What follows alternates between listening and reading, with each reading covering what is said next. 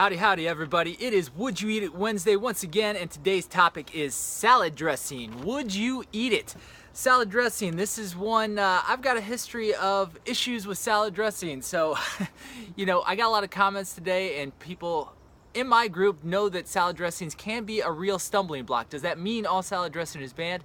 Not necessarily. However, if you're like most people who are having salads, you are doing it wrong, and I was doing it wrong, okay? I'll tell you a little story of when I was back in college and my diet consisted mostly of beer, ramen noodles, and Lucky Charms were my go-tos. So between those three, I would eventually get to a point where I was like, ugh, I have to eat something with some nutritional content in it. So I would go downstairs in my fraternity house. We would have, the salad, quote unquote salad there that had iceberg lettuce, a couple of those little carrot slivers, and you put some croutons on top, and then you go over to the ranch bucket and you pump some ranch on there out of that industrial sized ranch container, and then maybe dump in some processed cheese on top of that.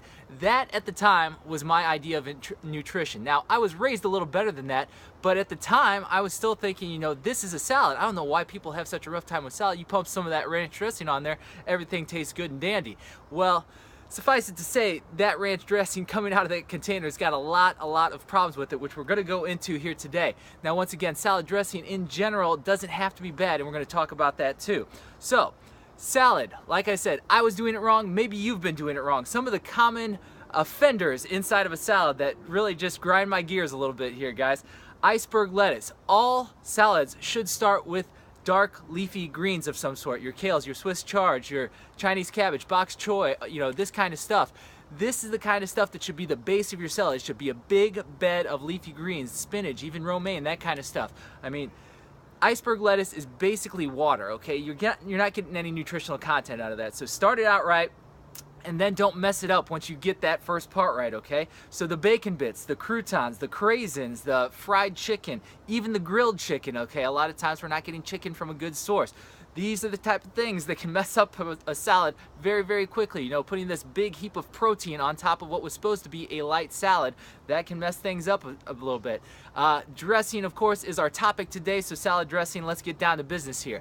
My biggest pet peeve when we're picking out dressings, when you go through the aisle, and I did this today, went through the aisle at Walmart, and I'm going to talk about some of the stuff that I saw, but low-fat and fat-free dressing. So usually, this is where people think they're in the safe zone, okay? It's fat-free, okay? They got no fat in there.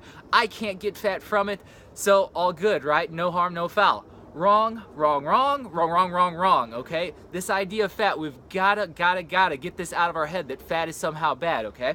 So, let's dive a little deeper on that topic. Fat-soluble vitamins, okay? Maybe you've heard of this before. So, Dr. Kate Shanahan, who wrote the book Deep Nutrition, goes into detail about this in her book. She talks about vitamin A, vitamin E, vitamin K. These are all fat-soluble vitamins. What does that mean? It means that your body has a very tough time absorbing those vitamins unless the presence of fat is there with them, okay? So if you're eating a totally fat-free salad with none of the fat on there, it's gonna have trouble absorbing some of the vitamins that are present in those good plant foods, okay? So the low-fat thing, the fat-free thing, is not necessarily doing you any favors, and it may be doing you more harm than good. So take this a step further. Most people have heard of supplements and vitamins that are just creating expensive pee because they're going through the system and not being absorbed. That's the same deal we're talking about here, okay? So it's not just you are what you eat, it's are what you actually absorb in your body, okay? So you can put nutrients in, but if the body's not absorbing them, what good is that doing you, right? Okay, so let's talk about saturated fat, okay? This is considered like the worst kind of fat by most people, but again, saturated fat has some very, very good qualities for you, okay? Saturated fat is one of the bases of the Mediterranean diet, okay? The Mediterranean diet, it advocates like 70% fat from calories in that diet, okay? The ketogenic diet is almost all fat as well, okay? So fats, just if you're, in case you're not on one of those diets, it's not a big deal, but fat in the diet is essential. You need to have some good fats in your diet for those reasons, okay? And saturated fat in particular is good because it doesn't have any space for oxygen to react with it, okay? Oxidation in the body creates inflammation. This is not something you want, okay? So the saturated fat prevents this. Some of the unsaturated fats out there are much more problematic, okay? So some good fats that you can be aware of that might go on a salad, okay? Raw cheeses, it's gotta be a raw cheese from a good source. Nuts and seeds, you've got avocados, you've got olives, and you've got extra virgin olive oil, and that in itself deserves its own video. I'm not gonna go into olive oil totally right now, but olive oil can be very good, again, if we get it from the right source. Bad fats, so you've got high fructose corn syrup, you've got that's more of a sugar, but you've got canola oil, you've got sunflower oil, you've got safflower oil, you've got soybean oil, and you've got all of these being high in omega-6 fats, okay? So omega-6 rather, is the type of fat that you want to watch out for. These are very inflammatory, and this is something you want to be aware of. Popular brands. So when I stopped by Walmart today doing my recon mission, trying to get some info for this video, I ran into products like Hidden Valley and Kraft and this kind of stuff. So Hidden Valley Ranch has vegetable oil in it. It's got a canola and soybean inside of that, canola and soybean oil blend. You've got sugar, you've got natural and artificial flavors. These are all terrible ingredients, okay? Kraft Ranch, okay, same type of deal. This one looks like it's in a healthier bottle. It's made with olive oil, it says on the label. It's a little deception there, because it does say it's olive oil. However, it's with canola oil and soybean oil. Having trouble getting these out here.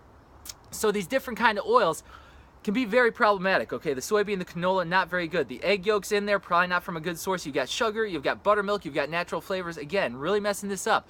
Newman's Own balsamic dressing, okay? We used to have Newman's Own all the time over at my house, okay? And I hate to diss on this product because Newman, he is, this is a not-for-profit salad dressing, okay? All the profits go to charities. That being said, it's vegetable oil. It's not doing any profit to your body, okay? So Newman's Own, not a great one either. You got Hidden Valley Ranch, the fat-free edition. I already told you the fat-free drives me nuts, because you know what happens when they take the fat out? Something else goes in, and in this case it's more sugar products. So you've got corn syrup in there, maltodextrin, sugar, 3 different kinds of sugar right there at the beginning of the list. You got natural flavors, you got soy, lecithin. We know soy can be problematic, artificial color, MSG, non-fat milk. So again, they put all this artificial stuff to substitute what would be a natural fat. But you know, they got to go the cheap route. They got to create, you know, go with the flow of this buzz. Fat-free, you think fat-free is good? Fine, we'll give you a fat-free product. It's not going to be good for you, but maybe you think it is. So Wishbone is another popular one. That's a fat-free Italian. It's got sugar, it's got maltodextrin, it's got soybean oil. This is all nasty stuff. Keep it out of your diet, people, okay? So these are bad salad dressings. What would I recommend? What would CJ have if he was having a salad dressing? Well, stick to your oils and vinegars, okay? Again, oils, fats can be good. Extra virgin olive oil, again, I got to do another video on olive oil altogether, but this can be very good when you get it the right way. Avocado oil can be another good one. Vinegars you can do fine with vinegars and vinaigrettes. Vinaigrette is just a vinegar and olive and oil combo, some kind of oil added to the vinegar. Apple cider vinegar can go on a salad. You can, when you're eating out, always order the dressing on the side. I guarantee you pretty much every restaurant you're going to is going to have one of the nasty dressings that you do not want on your salad. Make sure you get it on the side. You don't want that stuff, okay? And then fruits on salad. So fruits on salad, that can be fine for flavor. I'll chop up an apple sometime, put it on the salad. That can be good for some added flavor. However, don't turn it into a fruit salad, okay? There's a difference between a salad and a fruit salad, so you don't want to be getting so much sugar in one dose that it's overtaking the salad. Primal dressing. So here is one that you can get at the store. So this is Primal dressing right here. This is Primal Kitchen is the brand. So that's a Greek dressing, avocado oil in there. The ingredients in here, very good. So you've got avocado oil, organic red wine vinegar, organic apple cider vinegar, sea salt, organic black pepper, organic oregano, organic coriander, organic. It's all organic stuff. It's all good stuff in there. So this is one that I've found that you can get at the store. I got it at Fresh Time today. This is one of the very few good ones out there. When you're looking on the shelf, there is a whole wide display of salad dressings. Very few of them are worthwhile, however, okay? So that's one good one. Fermented vegetables, such as sauerkraut. So here's a good sauerkraut brand. You can also get at Fresh Time. That is a good one, found at Whole Foods as well. And so other than that, you'll have to do it yourself, guys. There's not a lot of great options out there. I'm sure they're starting to come out maybe with some more brands and stuff that are more conscious of what we want and what we need in our diet. However, until that time, you've really got to be careful on the dressing front. Do it yourself. I'll include 7 recipes in the show notes of this video in the comments section. The Wellness Mama, she's got 7 great recipes for salad dressing, so I'll share those with you as well. That is it for Would You Eat It Wednesday on salad dressings. Do you have comments? Do you have questions? Do you have something I didn't cover here? Let me know in the comments. Let me know what you thought of this video. Let me know what you would like to see next, and I will bring it to you. Thanks for watching.